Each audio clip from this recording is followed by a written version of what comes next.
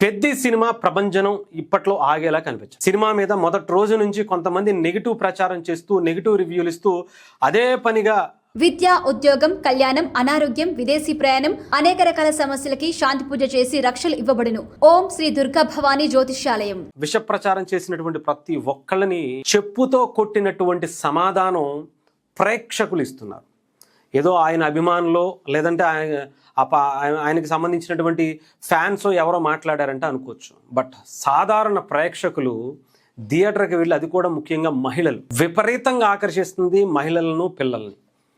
ఎవరైతే కొంతమంది ఈ సినిమాలో మహిళల్ని కించపరిచే విధంగా ఉన్నాయని చెప్పారో కానీ బయట జనాల్లో మాత్రం ఎవరి దగ్గర లేదు. అది విపరీతంగా మహిళలైతే హౌస్ఫుల్ బోర్డులు కనిపిస్తున్నాయి.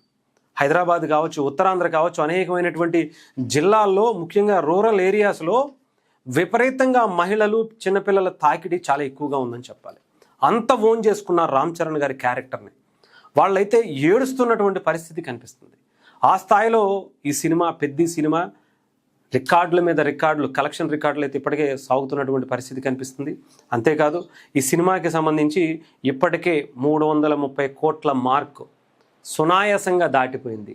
ఇంత నెగిటివ్ ప్రచారంలో కూడా ప్రేక్షకులు వాళ్ళ భుజాన, అంటే రామ్ చరణ్ గారి భుజాన ఈ కథను మోసుకొస్తే ఇప్పుడు ప్రేక్షకులు వాళ్ళ భుజాన ఈ సినిమాని పాజిటివ్ కోణంలో తీసుకువెళుతూ, ఎవరైతే నెగిటివ్గా మాట్లాడినటువంటి రివ్యూస్ ఎవరైతే ఉన్నారో వాళ్ళందరికీ చుక్కలు చూపిస్తూ, వాళ్ళకే వార్నింగ్లు ఇస్తూ, ఒక ప్రేక్షకుడు రివ్యూవర్లకి వార్నింగ్ ఇచ్చినటువంటి నాకు తెలిసి చరిత్ర ఇది మొట్టమొదటిసారి ఆంధ్రప్రదేశ్లో, ముఖ్యంగా పెద్దిలో కనిపిస్తుంది.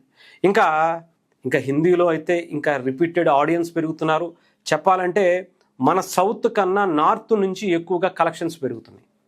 ఈ సినిమాకి సంబంధించి థియేటర్ సంఖ్య పెరుగుతుంది. అంటే ఎంత అద్భుతమైనటువంటి రిజల్ట్ అక్కడ నుంచి వస్తుందో ఆలోచించండి. ముఖ్యంగా అనేకమైనటువంటి నార్త్లో కూడా, రూరల్ ఏరియాస్ నుంచి కూడా ఈ సినిమా మీద చాలా అద్భుతమైనటువంటి రెస్పాన్స్ కూడా వస్తున్నటువంటి పరిస్థితి. ముఖ్యంగా రామ్ చరణ్ గారి పర్ఫార్మెన్స్ గురించి అయితే ప్రత్యేకంగా చెప్పాల్సిన అవసరం. వాళ్ళందరూ కూడా రామ్ చరణ్ గారి పర్ఫార్మెన్స్కి ఫిదా అయిపోయారు. త్రిబులార్కి మించినటువంటి ఒక విభిన్నమైనటువంటి క్యారెక్టర్లో ఆయన చూసి సంబరపడిపోతూ ఎమోషన్కి గురవుతున్నటువంటి పరిస్థితి.